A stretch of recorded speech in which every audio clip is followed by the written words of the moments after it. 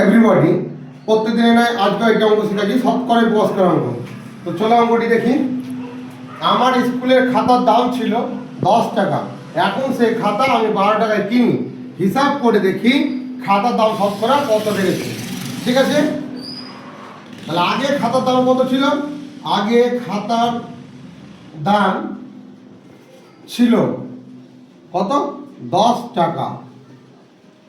আর বর্তমানে খাতার দাম আছে 12 টাকা। তাহলে কত টাকা বেড়েছে? তাহলে বেড়েছে সমান হচ্ছে 12 মাইনাস 10 টাকা,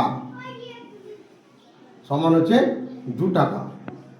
ওকে, তাহলে 10 টাকায় খাতার দাম বেড়েছে সমান হচ্ছে 2 টাকা। তাহলে 1 টাকায় খাতার দাম বাড়বে কত? 2/10 টাকা। 100 টাকায় 2/10 গুণিত 100 টাকা। তাহলে এই শূন্য কাটা সমান 2 গুণিত 10 টাকা সমান হচ্ছে 20 টাকা। তাহলে খাতার দাম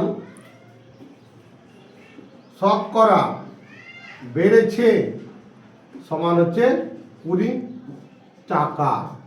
এটাই হয়ে গেল আমাদের উত্তর। তো যারা আমার ভিডিওটি দেখছো, তারা ভালো লাগলে অবশ্যই লাইক, কমেন্ট, শেয়ার করে দেবে। সকলকে অসংখ্য ধন্যবাদ।